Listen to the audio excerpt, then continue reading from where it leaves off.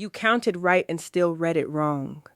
The math was clean, the formula checked, and the answer was garbage because you asked the chart from the wrong address. The math was perfect and the reading was still trash. You counted correctly. You verified the formula. You landed exactly where the technique said to land. And what came out was nonsense. The chart did not glitch. You do not need more practice. You asked from the wrong house, and a wrong starting house gives you a technically flawless answer to a question nobody asked. That is the failure point sitting between knowing how to count and actually being able to read. Nobody teaches it before they hand you the technique. They give you the wheel, they give you the counting rule, and they let you find the starting point by vibes, which means you are guessing. Which means you can be completely confidently wrong with a verified formula and a clean conscience. Answer this before you count anything, before a single number goes on paper, before you touch the wheel. One question. What is the subject of this question? Not the topic, not what you want to know. The subject, the person, thing, entity, or situation the question is actually about. Will my partner's business do well this year? The subject is the business, not the partner. Two different anchors, two different houses, and if you grab the partner, you already lost. Is my partner serious about this relationship? The subject is the partner. Seventh house, done. Will my app generate consistent income? The subject is the app. And this is where people fall apart because the app is not one house, the essential quality test.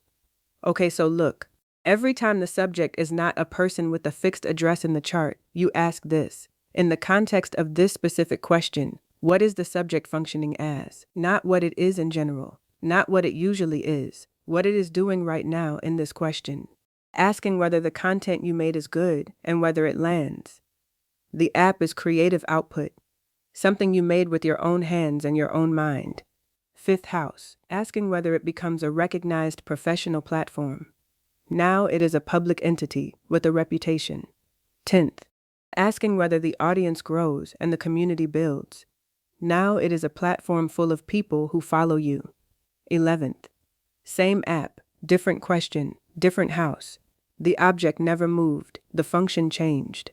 Same for a course, a podcast, a Substack, a YouTube channel, a brand, a product, a business. None of them have a permanent address. If you memorized a table that says app equals fifth house forever, girl, you memorized the most common answer, and you will be wrong every single time the question is about anything else. This series is built entirely out of the parts that get skipped. If this one landed, subscribe and get the rest in order. People move too. People are steadier than objects, but they still shift. Seventh house is partners, spouses, clients under contract, and open enemies. Anybody standing formally on the other side of a transaction or a recognized relationship. Feelings do not change this. A client you cannot stand is still seventh. An enemy you respect is still seventh. Fifth house is romantic interest in dating that has not become a committed partnership. The situationship lives here. Once it formalizes, they move to the seventh. 11th is friends, audiences, communities, followers. 3rd is siblings. 4th and 10th are parents. And which one is which is the tradition debate we settled in the ground rules. Pick one. Hold it. Do not switch mid-reading. The friend who became your business partner is 7th house for the business questions and 11th house for the friendship. Same person, different question, different door. Her chart. 3 questions, 3 starting points. Libra ascendant, whole sign houses. The boyfriend is the 7th house, Aries. That is his address as a partner. But she is also building a software side gig with him. He is her business partner on that project, in a contracted working arrangement. So for the business partnership, he is still the 7th. Same door, double duty. Now watch what people get wrong. When she asks about the relationship, she reads Aries, the 7th. When she asks about the business itself, the business is not the 7th. The business is its own subject. As a creative product, it is the 5th. As a professional entity, it is the 10th. The partner stays the 7th. 3 questions about one situation, 3 different starting points. Mix them up and you are reading somebody else's story every time. Her daughter is the 5th house, Aquarius. That is the daughter's address for questions about her as a person, her life, her development, her health. When the question narrows to a specific piece of the daughter's life, the starting house is still the 5th. The person does not get a new address. The question gets a new destination. Saturn rules Aquarius. Saturn sits in her first house, early Libra, right on top of her identity. The ruler of the daughter's house is fused with the mother's self. That is not a sweet bond, that is structural. The daughter is written into who this woman is before any turning even starts. 6 doors, 1 app. Fifth, when the question is about the creative output itself, the quality of the work, whether the thing you made is any good. Sixth, when it is about how well it serves users as a daily tool, a workflow, a service, function, and utility. Seventh, when it is about one specific client, a direct exchange with a paying customer, a formal arrangement with a named person. 10th, when it is about public reputation and professional standing, whether the brand is recognized, whether it has authority in its field. 11th, when it is about audience growth, community, platform reach, and the money that flows in from public career activity. 3rd, when it is about communication reach, shareability, whether people are talking about it, word of mouth, one subject, 6 possible starting houses. The question picks the door, not you. Write the sentence or do not count. This is not a suggestion. From here forward, it is mandatory.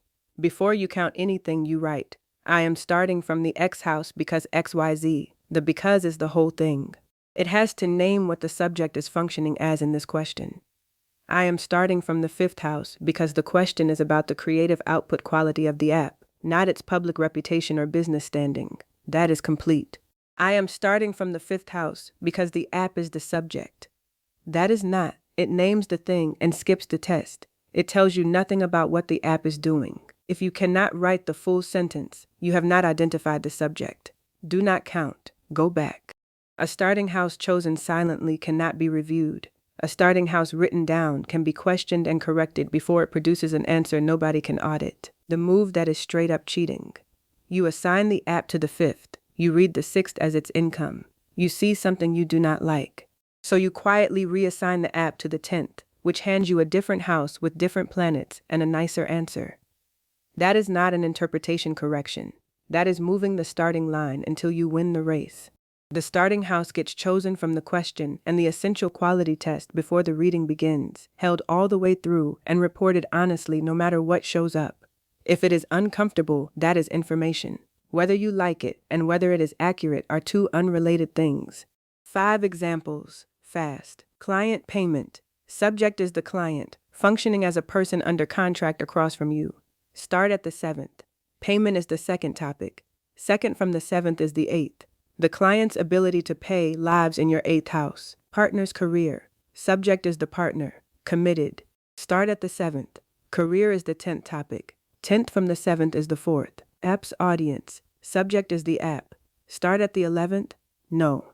The question is about the audience of the app as a creative product. So the app is the 5th and its audience is the 11th from the 5th. Count 11, wrap around, land on the 3rd. Daughter's health. Subject is the daughter, functioning as a child. Start at the 5th. Health is the 6th topic. 6th from the 5th is the 10th. Software business reputation. Subject is the business, functioning as a professional entity with a public reputation. Start at the 10th.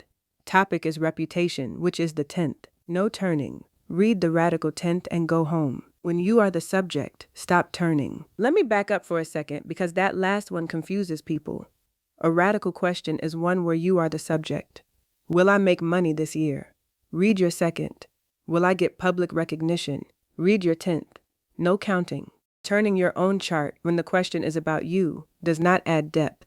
It adds distance between the question and the answer. A turned question is one where the subject is somebody or something other than you. Then you count from their house. The test is ownership. Who owns the topic being asked about? You own it. Read the radical house. Somebody else owns it. Count from theirs. The chart will hand you an answer either way. It does not know you started in the wrong place, and it will never tell you. That part is your job, and it does not develop by accident. Next, you have the right starting house. You counted to the right turned house, and now you have to actually read what is sitting there. The sign, the planets, and how to build an answer out of what you find.